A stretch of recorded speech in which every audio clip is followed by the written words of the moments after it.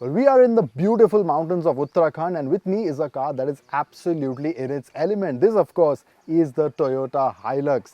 Now, if you've seen Nikhil's video where he put it through the regular challenges of everyday life, driving it in the city, parking, today is about what the Hilux does best: take you far away from the urban jungle into the real one.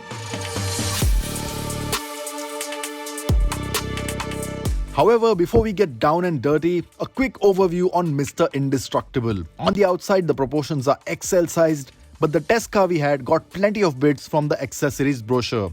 A fender mirror, plastic and faux chrome garnishing around the headlamps, tail lamps and fuel lid, and a matte black roll bar at the rear. However, it would be safe to assume owners are likely to go above and beyond the standard accessories and turn their Hiluxes into some incredible looking monsters.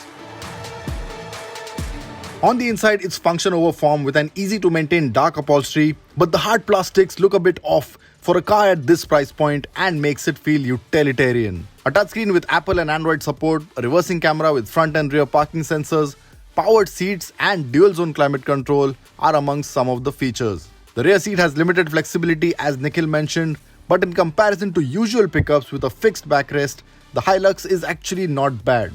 But if you want a sunroof, you better hop in the cargo bed.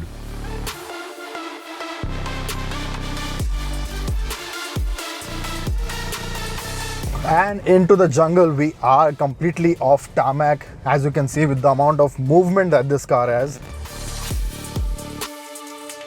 A narrow jungle train amplifies the Hilux's already ginormous dimensions, and every corner and boulder needs to be accounted for. However, it doesn't feel too different from other Toyotas. In terms of overall feel, it's based on the IMV platform, which also underpins the Fortuner and the Innova Krista. In fact, the IMV is originally the Hilux platform, which has been shared with the Innova and Fortuner, and the main contributor in their bulletproof longevity. However, the chassis on this has been beefed up even more than the Fortuner, with thicker longerons or side rails, larger cross-section on parts that support loading bay, and thicker, more stout cross members.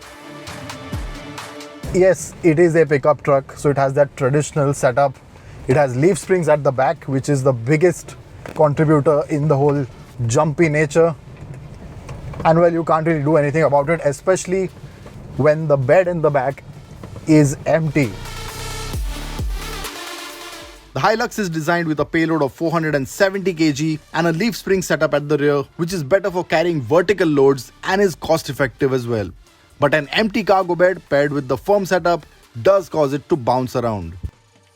Now coming up are a few obstacles, and even though they are constructed manually, they are curated as well, they are quite challenging. However, given the Hilux's absolutely legendary status and the amount of tech on offer, I don't think it's even gonna break a sweat.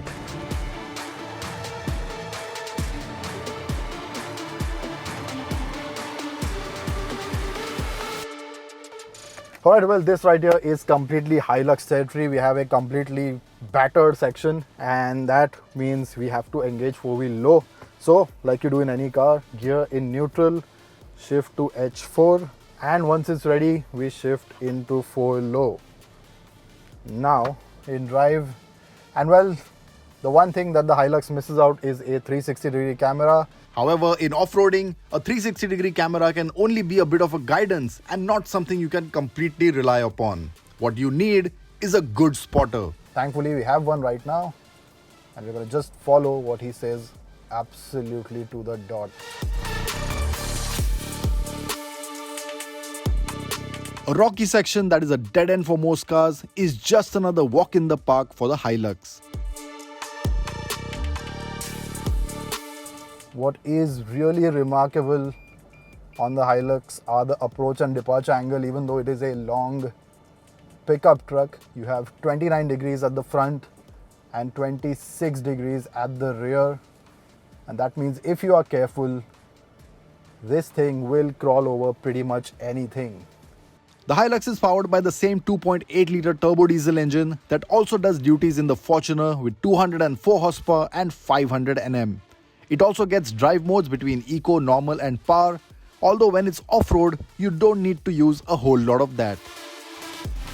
And like with any other off-roading experience, thumbs always out so that you don't rip them off when the steering kicks back. And just be gentle. What is nice is that the 500 Nm is spread out very nicely, so you don't have spikes in power. Low down, you have a nice creamy bundle of it, which allows you to just ease into the obstacles, and not work the car too much. Next up was a meet with gravity. Right, this is obstacle number 2. It's called the negative side incline. That means the car is going to be on one side, and well, it's just about having faith now. The negative side incline is a test of the car's center of gravity and stability. Here too, just let the car glide through while you can smell the dust on the ground and avoid any corrections to the steering wheel. Okay, again, gently does it. No need to rush. And just like that, we are straight again. Okay, it's time for the third obstacle, which is water wading. It's a bit of a cool off. Now sadly the Hilux does not have ventilated seats. That would have been my cool off, but it's alright. It does have a water wading depth of 700 mm though, and that does make a lot of difference because it's almost like going through a small river. And as always, absolutely effortless.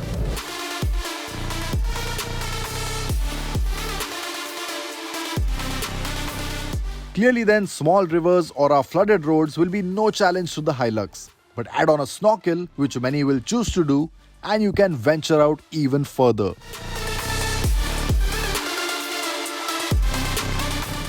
Alright, water wading done, we've cooled off. Now it's time for uphill, downhill. This is a very steep uphill slope and the terrain is very loose as well. It's loose mud, a bit of gravel in that. So it is going to need some momentum because it is a hefty car this. So I'm going to have to just back up, accelerate and hope it sticks. 4-wheel low engaged again along with the diff lock, and like most obstacles, the Hilux looked as comfortable as a squirrel going up a tree. Swift and effortless. Easy peasy. It just makes you feel like you are very good at off-roading. But let's be honest, a lot of it is the Hilux. Coming back down was equally easy. Now again, this downhill slope is very, very steep. It's almost like a roller coaster. So the car is going to dive bomb right down. Again, it's about having faith. Gently does it. No brakes, DAC on, no brakes at all. The hill descent control works with the braking system of the car and makes sure to maintain speed, which means you need not worry about the braking.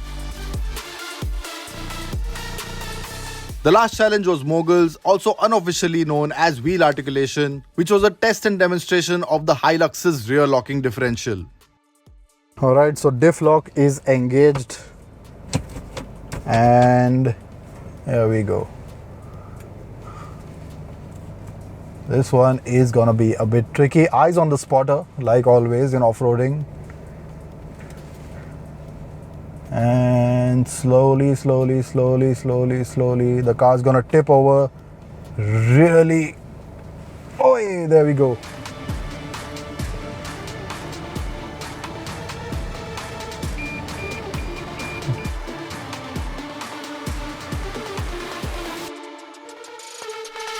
At the push of a button, the locking differential allows the power to be sent to the wheel that is on the ground and helps dig out the car. Well, that was easy, huh? Again, everything comes together, the four-wheel low, the diff lock, and that is why it becomes such an easy task. And that's what the Hilux does to some incredibly challenging terrain. Turn it into an easy task.